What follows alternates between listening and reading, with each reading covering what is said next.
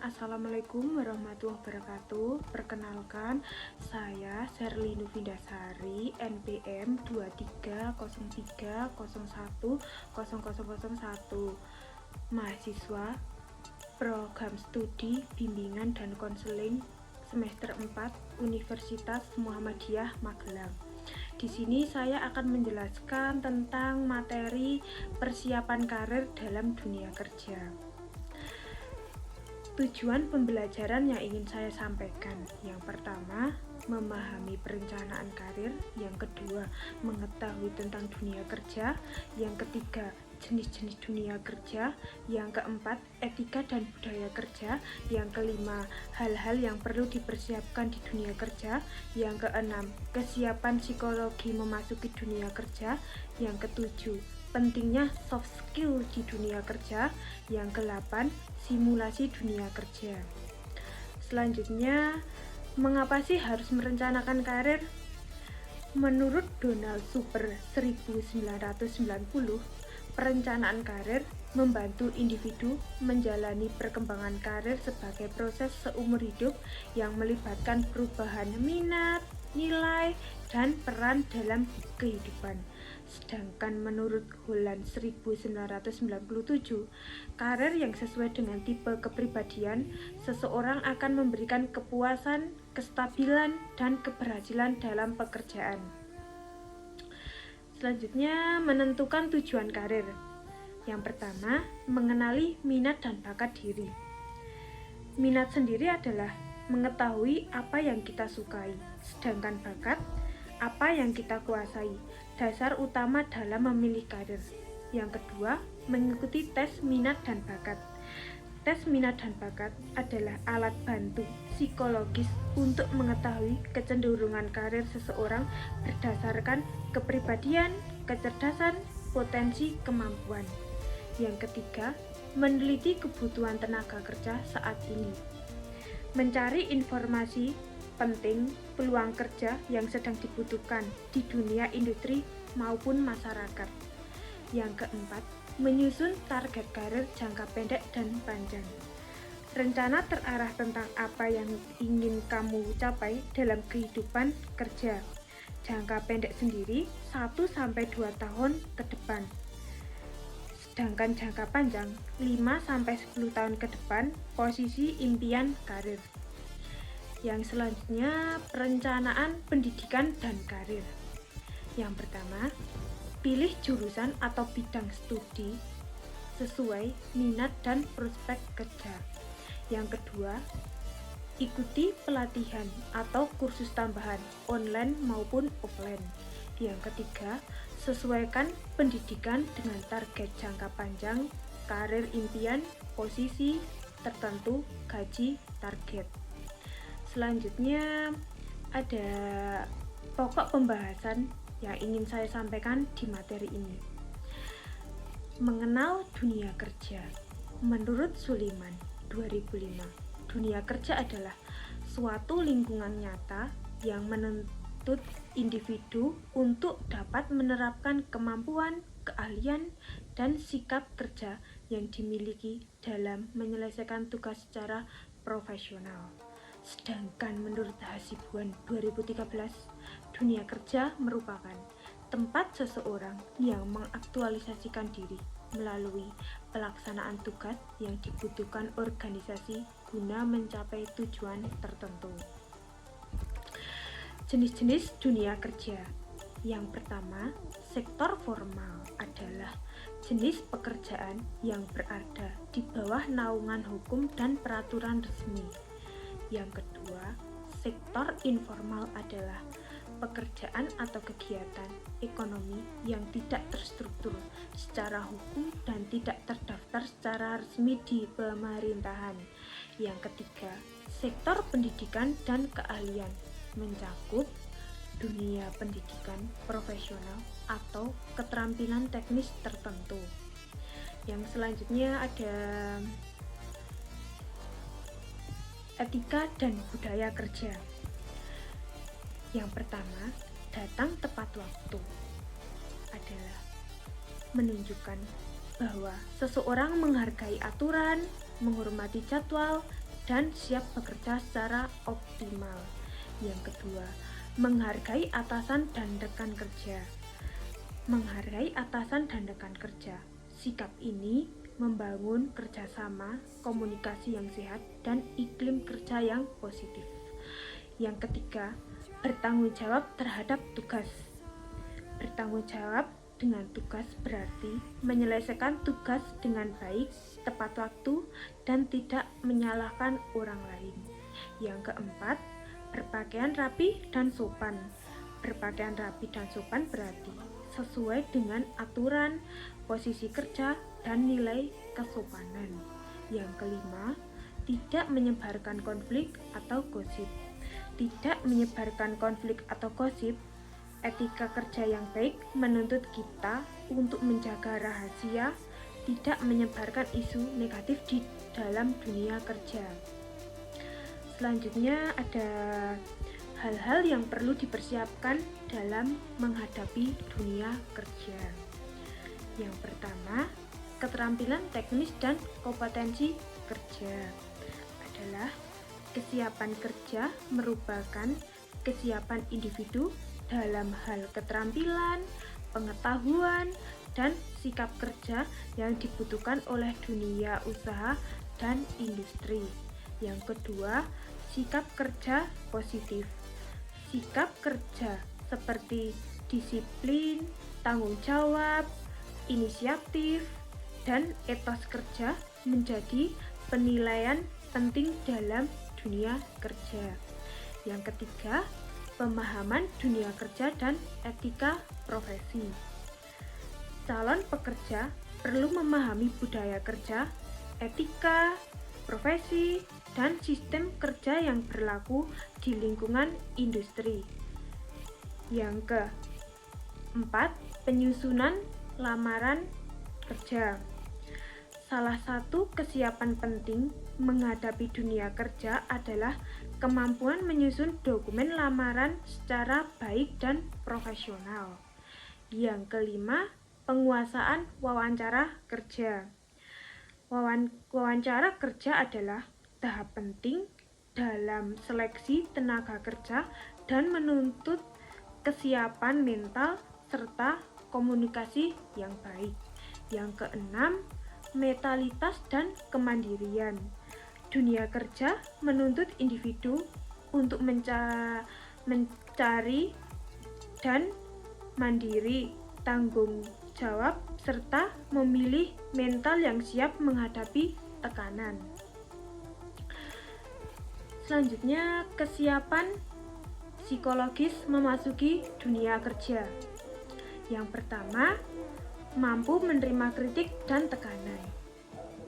Adalah dalam dunia kerja, kritik adalah bagian dari proses perbaikan diri dan peningkatan kualitas kerja.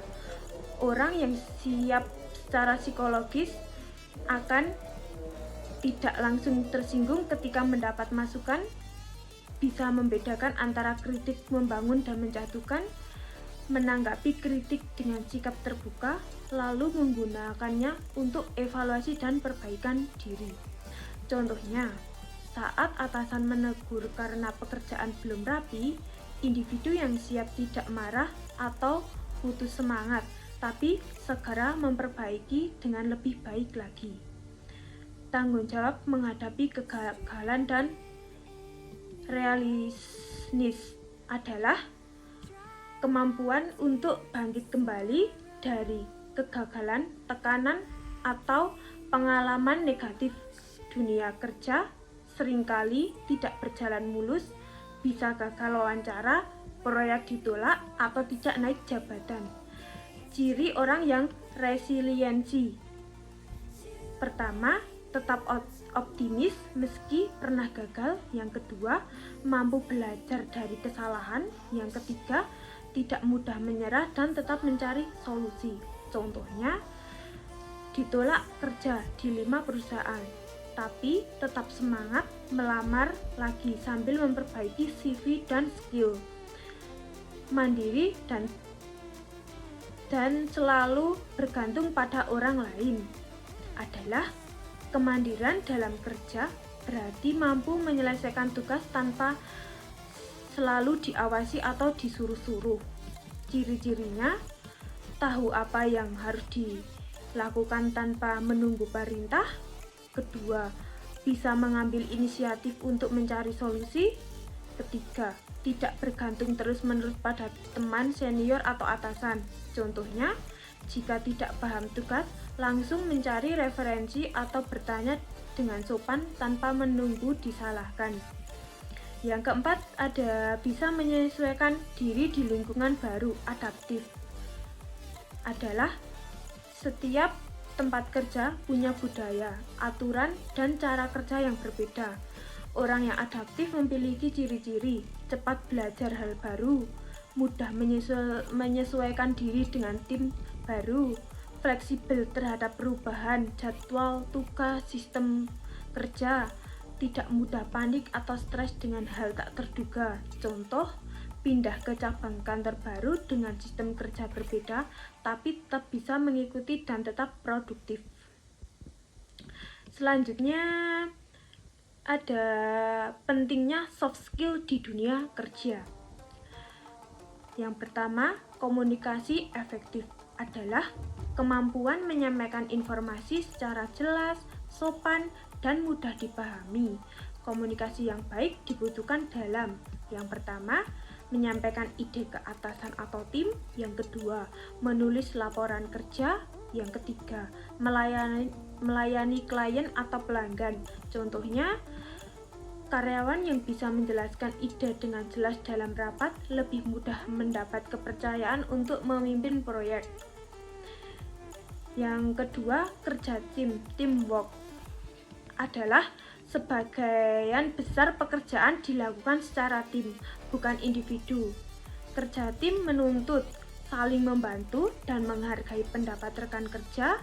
Yang kedua, mampu menerima perbedaan. Yang ketiga, fokus pada tujuan bersama, bukan ego pribadi. Contohnya, dalam proyek kelompok, anggota yang aktif berkontribusi dan terbuka terhadap kritik menciptakan hasil kerja yang baik. Yang ketiga, kepemimpinan. Landscape adalah landscape bukan hanya soal jadi atasan, tapi kemauan menggerakkan orang lain ke arah yang positif. Seseorang yang punya jiwa kepemimpinan mampu mengambil keputusan, menjadi panutan bagi rekan kerja, bisa mengelola konflik dengan bijak. Contohnya, seorang staf biasa yang bisa memimpin rapat kecil dan menyatukan tim bisa dianggap potensinya untuk dipromosikan. Yang keempat, ada manajemen waktu. Setiap pekerjaan punya deadline, maka kemampuan mengatur waktu sangat penting agar tugas selesai tepat waktu, tidak kewalahan dengan banyak pekerjaan, bisa membagi waktu antara pekerjaan dan kehidupan pribadi. Contohnya, karyawan yang punya manajemen waktu baik akan lebih produktif dan jarang membuat kesalahan karena tidak terburu-buru. Yang kelima, berpikir kritis dan pemecahan masalah. Setiap hari di tempat kerja akan ada masalah baru. Dibutuhkan kemampuan untuk menganalisis masalah dari berbagai sudut, menemukan solusi yang logis dan efisien, tidak panik saat menghadapi situasi tak terduga. Contohnya, saat sistem kantor tiba-tiba error, staf yang tenang dan bisa mencari solusi sementara akan sangat dihargai. Selanjutnya ada simulasi dunia kerja. Yang pertama, mock interview adalah latihan wawancara kerja dengan format seperti wawancara suguhan. Biasanya dilakukan antara siswa dan guru BK atau rekan sesama siswa yang berperan sebagai HRD. Tujuannya melatih cara menjawab pertanyaan umum saat interview. Misalnya, ceritakan tentang diri Anda, mengapa kami harus menerima Anda. Yang kedua, role play kantor. Dalam roleplay kantor, siswa dibagi dalam tim dan memerankan berbagai peran kerja seperti staf administrasi, manajer, customer service, HRD, supervisor, dan lain-lain. Tujuannya mengenalkan tanggung jawab berbagai posisi dalam struktur organisasi, melatih kerja sama tim dan komunikasi profesional. Contoh kegiatan: simulasi rapat mingguan, penyusunan laporan bulanan, pelayanan pelanggan yang marah, atau presentasi produk ke atasan. Selanjutnya, nomor 3, simulasi kerja proyek. Siswa ditantang untuk mengerjakan sebuah proyek kerja dalam tim seperti proyek di perusahaan sungguhan dengan batas waktu dan target yang jelas. Tujuannya melatih manajemen waktu dan tanggung jawab bersama, mengembangkan kreativitas dan pemecahan masalah, merasakan tekanan dan dinamika proyek yang nyata. Contoh proyek simulasi: membuat rencana bisnis sederhana, menyusun proposal event sekolah, mendesain kampanye promosi produk, membuat laporan hasil survei. Selanjutnya, tantangan di dunia kerja. Yang pertama, persaingan tenaga kerja yang tinggi. Saat ini jumlah pencari kerja jauh lebih banyak dibandingkan jumlah lowongan kerja. Hal ini menciptakan persaingan yang ketat di berbagai bidang. Yang kedua, perkembangan teknologi dan AI, kecerdasan buatan. Banyak pekerjaan manusia mulai digantikan oleh mesin, robot, dan kecerdasan buatan. Di dunia industri dan bisnis saat ini sangat bergantung pada teknologi digital. Yang ketiga, perubahan kebutuhan pasar kinerja. Banyak jenis pekerjaan lama yang menghilang dan jenis pekerjaan baru muncul karena perkembangan zaman. Yang keempat, kedisiplinan dan tanggung jawab. Disiplin dan tanggung jawab menjadi tolak ukur utama dalam dunia kerja, bukan hanya kecerdasan. Selanjutnya, motivasi dan inspirasi yang dapat saya sampaikan. Kerja bukan hanya untuk mencari uang, tetapi juga membangun masa depan dan harga diri. Terima kasih, sekian dari saya. Mohon maaf bila dalam memaparkan materi banyak kesalahan. Semoga video yang dapat saya sampaikan bermanfaat. Wassalamualaikum warahmatullahi wabarakatuh.